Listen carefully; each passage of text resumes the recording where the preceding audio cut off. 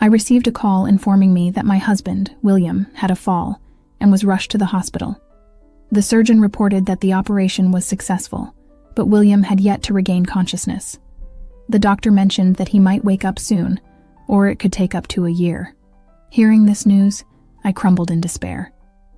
The following day, my nephew James paid a visit to the hospital room, someone I hadn't seen in years. "Auntie, Uncle William left something for me to give to you a while back," he shared, handing me a letter. He insisted I read it in private. Alone, I perused the letter, discovering an astonishing confession from William. To validate his revelation, I examined the unconscious William and found evidence that confirmed the letter's contents. Unbeknownst to me, William's secret was exposed, setting off unforeseen events. William and I got married early compared to our friends because we got along really well. When I started enjoying my job, I told William that I wanted to keep working even after we got married. We both agreed to support each other. Over the years, we stayed close as a couple. Before I turned 29, I told William that I wanted to have children, and he felt the same way. We actively began trying to have a baby. One day, William's father, who had voluntarily admitted himself to an institution and whom we regularly visited, unexpectedly passed away. The last time we saw him was just 2 weeks ago, and he seemed fine. His sudden death shocked us, and the loss affected us so deeply that we found it hard to eat. While my father-in-law was alive, he provided substantial support to us. William and I tied the knot in our early 20s, a time when William's income was modest. Initially, we relied heavily on the assistance of my in-laws, especially for food supplies.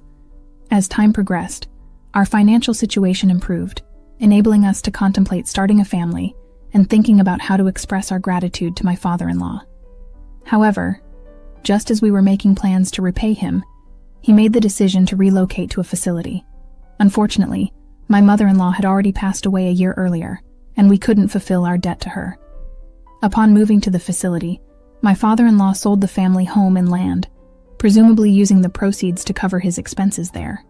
He once talked about giving some of his money to William as an early inheritance, saying he had more than enough for the years ahead. William, not wanting to stress about it, told him to enjoy his money and said no to the inheritance. Little did we know that after my mother-in-law passed away, my father-in-law would leave us so unexpectedly. William wished he had insisted on living together and could have repaid his father's kindness. However, we couldn't grieve forever, as another challenging situation with William's older sister was looming. I haven't had many interactions with her, and she's known to be a bit difficult.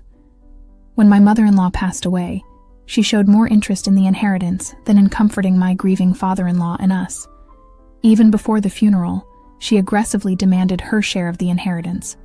In an attempt to quiet his demanding daughter, my father-in-law reluctantly gave her what he called severance money, on the condition that she never contact him again.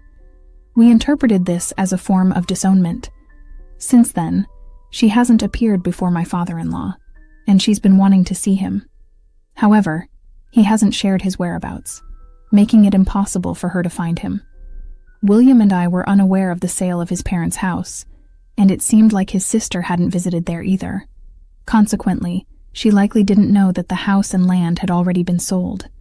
Knowing her, she might demand a share of the sale proceeds once she finds out. While we could keep my father-in-law's death a secret, dealing with her complaints later would be unpleasant. So we decided to contact her and distribute everything equally to avoid potential future issues.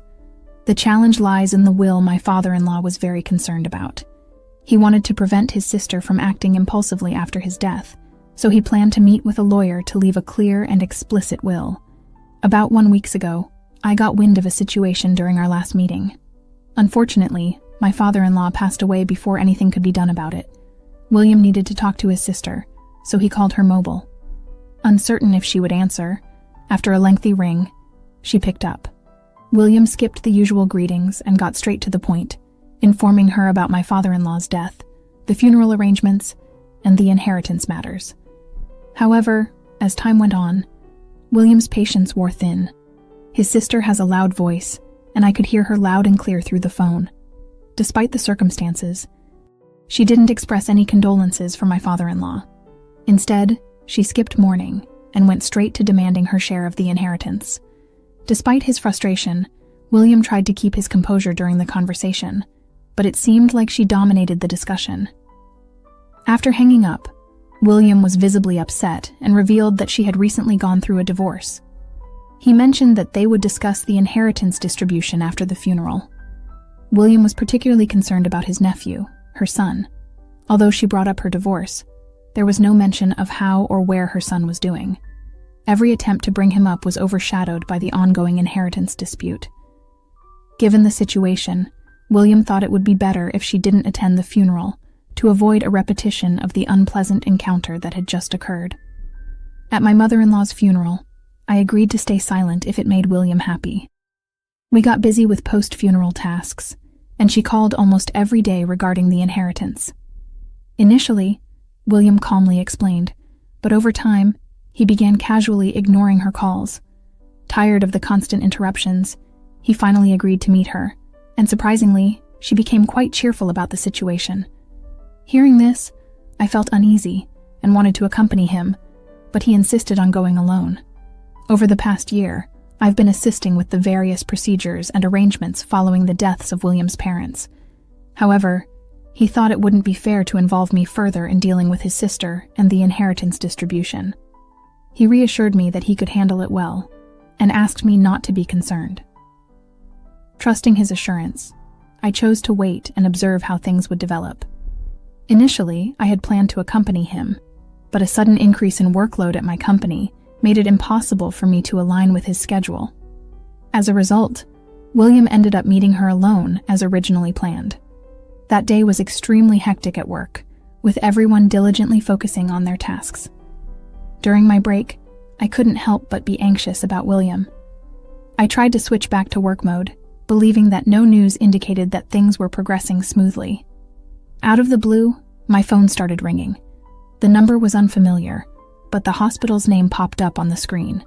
Nowadays, phones show the sender's name, even if the number isn't saved, especially if it's from an important place. William and I take pride in our good health, rarely needing to visit the hospital. The hospital calling was the one my mother-in-law used to go to years before she passed away. I couldn't figure out why they'd contact me now, but after a moment of hesitation, I answered the call. The nurse on the phone introduced herself and verified the hospital's name. When she heard William's name, she asked if I was his wife. After confirming, she urgently told me that William had been taken to the hospital, and they needed me to come as soon as possible. I briefed my boss about the situation, left work early, and found William still receiving treatment upon my arrival. A nurse quickly briefed me about my husband's critical condition, emphasizing the urgency of emergency surgery. Overwhelmed and in a daze, I was tasked with giving consent and signing multiple documents. Sensing my distress, the nurse sternly yet compassionately urged, "You must gather yourself. Your husband is fighting for his life." Her words snapped me back to reality. William was in a fierce battle, and the medical team was diligently working to save him. To regain my composure, I gently tapped my cheek and followed the nurse's guidance, completing the necessary paperwork. The doctors, putting in tremendous effort, expressed optimism that there was a high likelihood of William regaining consciousness, providing some comfort. However, I remained vigilant as I arranged the essentials for his hospital stay and reached out to various contacts. The intense moments persisted until late at night when I found solace as I sat beside him, sensing the warmth of his hand. Relief flooded over me, knowing he was alive, and tears welled up naturally. Since we were alone in the room, I allowed the tears to flow freely while tightly holding his hand. Desperately, I continued talking to him, hoping for a sign of consciousness to return. However, throughout the night, he remained unresponsive. A nurse suggested I take a break and rest, but I adamantly refused, determined to stay by his side, taking pride in my physical endurance.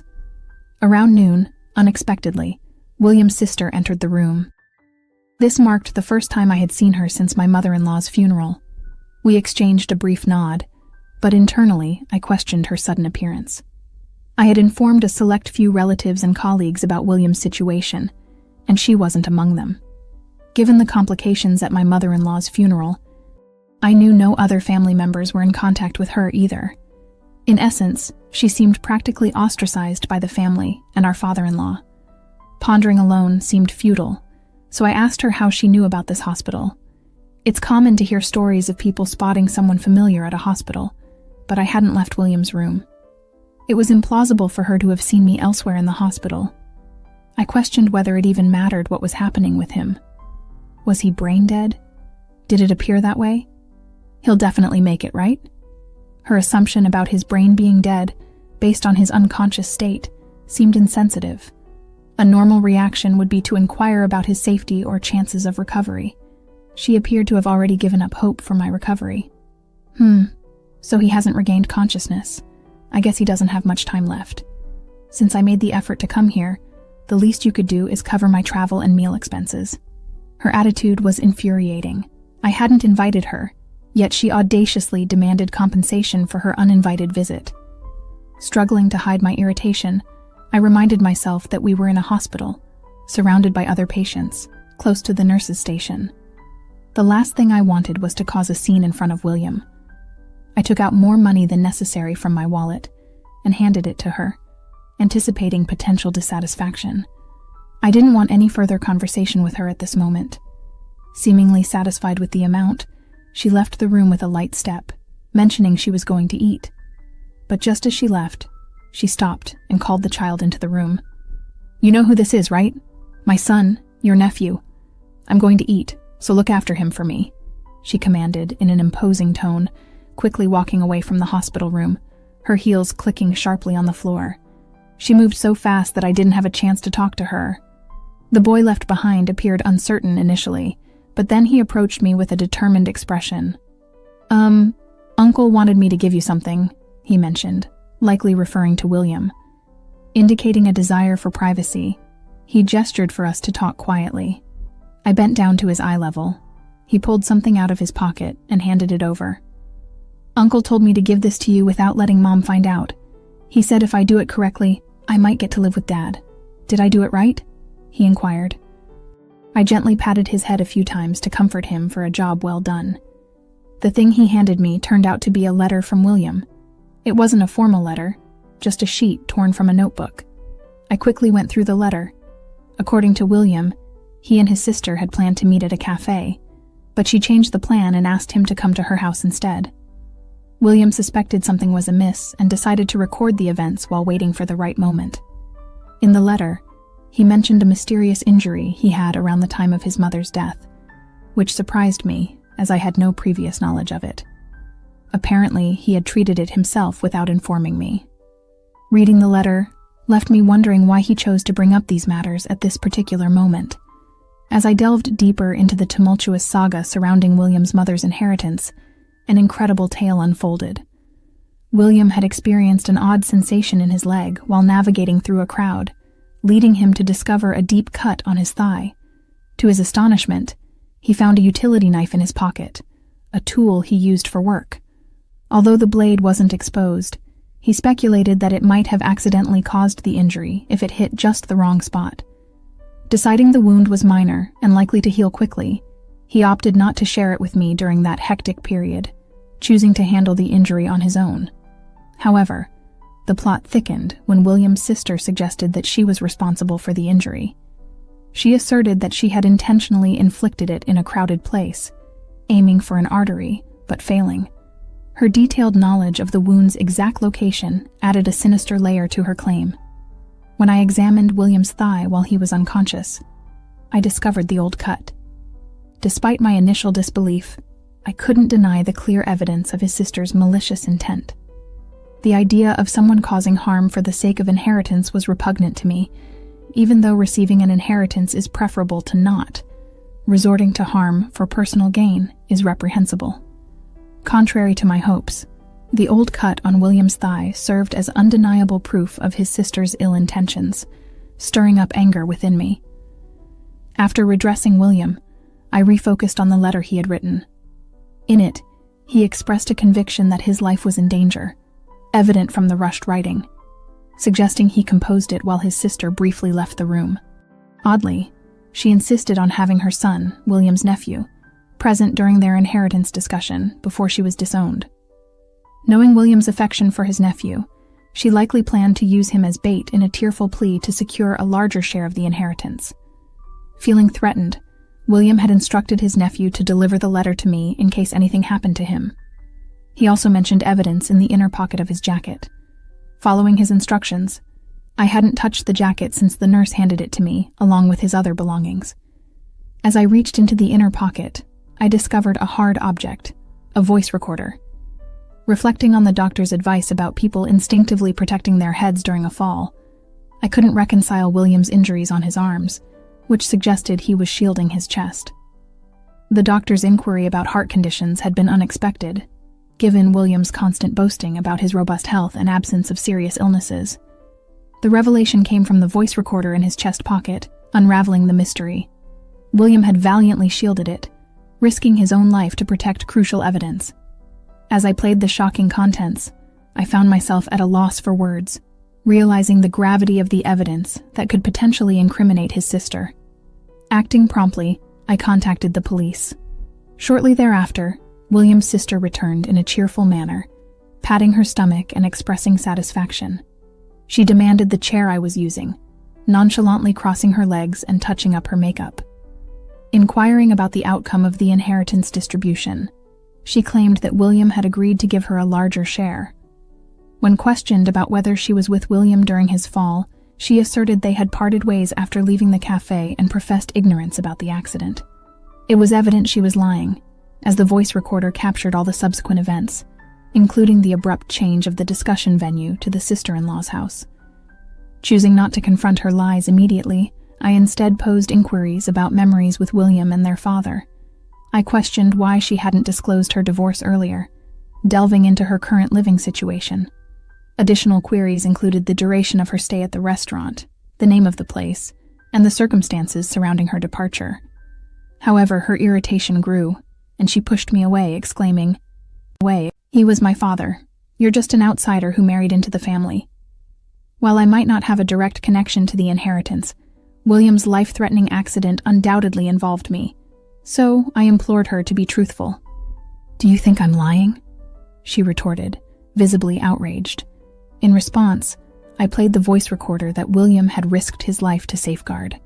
The recording began with William expressing concerns about the challenging conversation and his intention to document it as evidence. His sister immediately pressed him for a larger share of their father's inheritance. Initially reserved, she claimed she needed assistance in raising her nephew alone.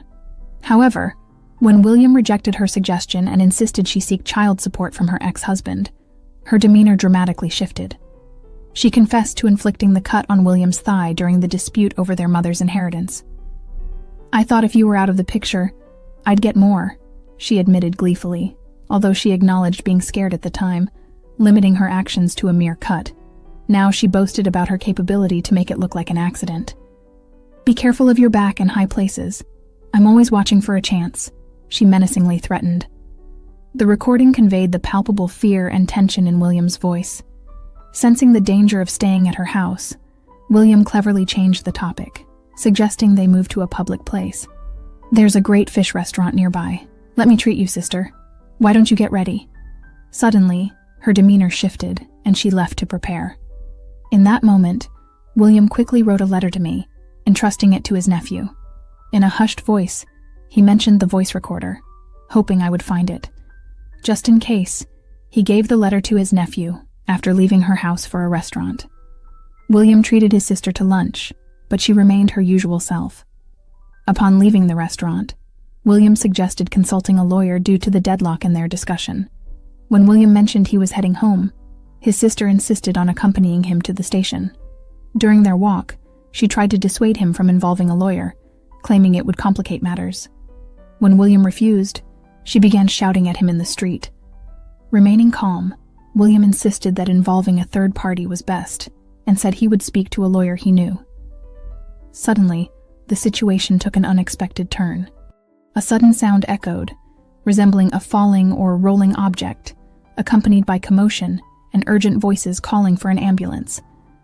The recording abruptly ceased, presumably triggered when William's jacket was removed during emergency treatment.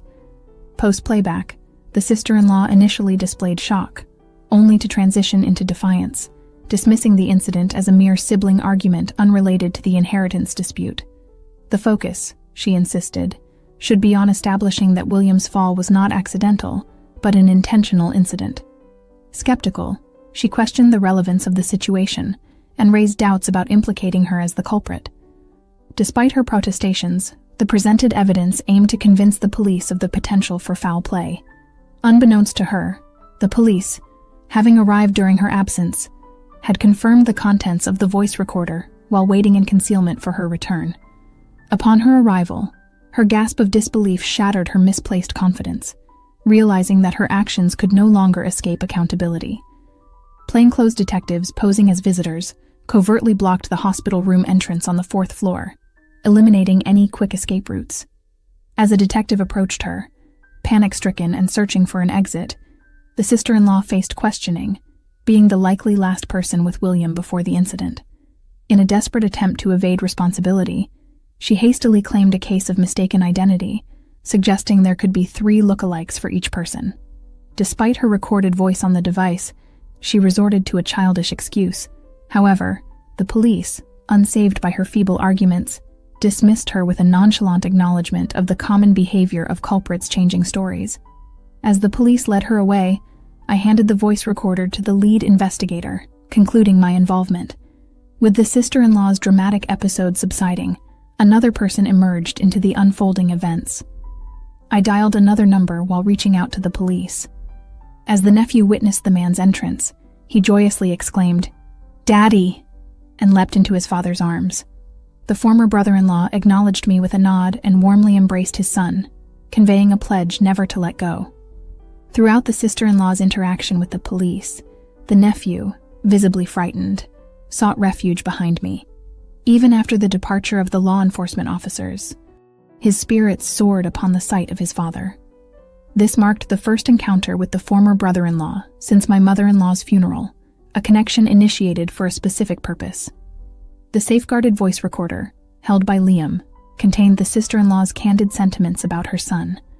She candidly admitted that she never desired a child, only giving birth out of obligation, devoid of any affection. Childcare responsibilities primarily fell on the former brother-in-law, with occasional assistance from his parents. Following their divorce, he assumed custody, assuming it would be straightforward. However, the sister-in-law, seeking child support, successfully portrayed herself as a devoted mother and won custody. The prevailing notion that mothers often have an advantage in custody battles became a stark reality. Accepting the situation, the former brother-in-law believed that she might have developed maternal feelings, given her non-mistreatment of their son. Contrary to the conventional belief in maternal instincts, the sister-in-law proved to be an exception. In truth, she seized custody solely for financial gain, squandering the funds on herself. William's letter exposed his desire to rescue his nephew from this abusive environment, even if it meant forfeiting his entire inheritance. His insistence on involving a lawyer extended beyond inheritance matters, encompassing the welfare of his nephew. Observing my husband's unwavering determination, even in the face of the danger posed by his sister, I couldn't help but sense a resolute commitment to saving our nephew. It underscored the realization that I too needed to embrace and uphold that determination. While possessing the inheritance would have been advantageous, I never leaned on it. Being young, we could carve our own path. I wouldn't fault William for relinquishing his inheritance, especially if it was for the well-being of his nephew. William believed that by offering the entire inheritance, he could prompt the sister-in-law, driven by greed, to surrender custody of her nephew.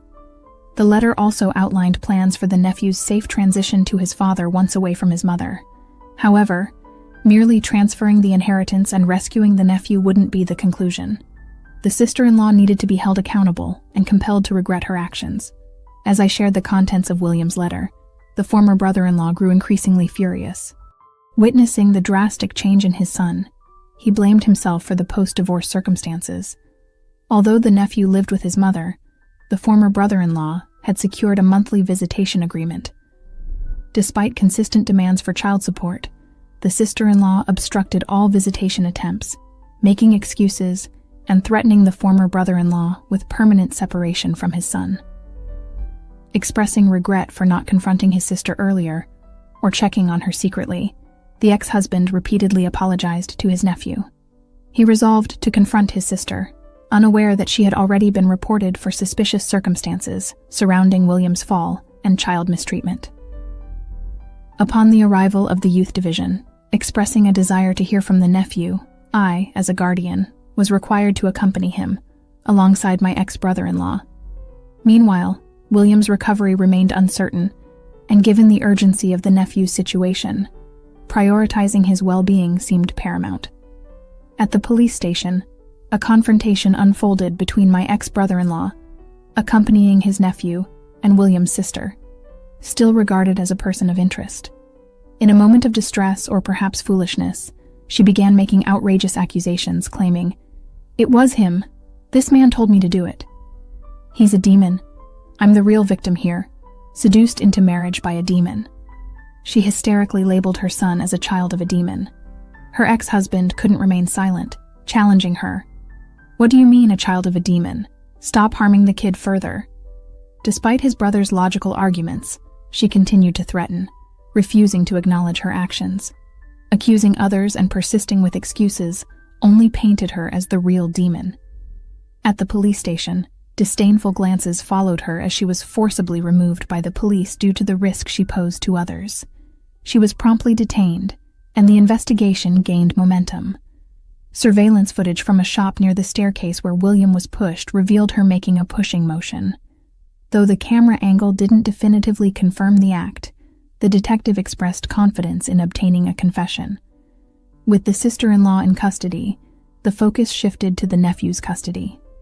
Based on her recorded statements and the nephew's account, it was decided that he should stay with my ex-brother-in-law. The nephew, overjoyed to live with his dad, was assured a comfortable life with his grandparents. After the police interrogation, I returned to the hospital, resolved to stay by William's side until he regained consciousness. The following morning, William regained consciousness. Although there was no concrete proof yet, upon learning that his sister was being questioned by the police, he expressed the need to share crucial information. Following William's request, we summoned the detective. William disclosed that he was pushed from behind by his sister and asserted that her fingerprints, or rather her handprints, should be evident on the jacket he was wearing at the time. Forensics confirmed her handprints on the jacket, along with clear fingerprints.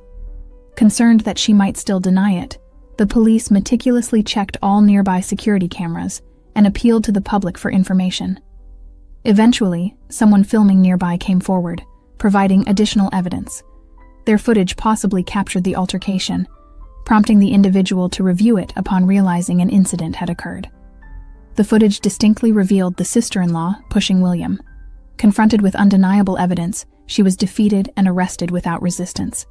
In the aftermath, William, through his lawyer, sought compensation and medical expenses from her. However, her bank account was empty, and her possessions held little value. Even her beloved brand bags turned out to be fake, sourced from dubious origins. When asked for compensation, she claimed to have nothing to offer. In response, William proposed splitting his father's inheritance equally, eventually managing to collect the compensation and medical expenses when the inheritance was distributed. While most of the inheritance went towards William's payments, a small amount ended up with the sister-in-law. However, all the money was used for legal fees related to the crimes she committed, and her account now had little remaining funds. The sister-in-law's selfish and imprudent behavior led her to terminate contracts with lawyers who spoke inconvenient truths, causing her retainer fees to diminish with each dismissal. The lawyer she finally settled on, who merely followed her orders, struggled to provide a robust defense, making the trial appear bleak. Under the care of my ex-brother-in-law, the nephew's emaciated body gradually recovered to a more appropriate size for his age. These circumstances significantly influenced the custody battle.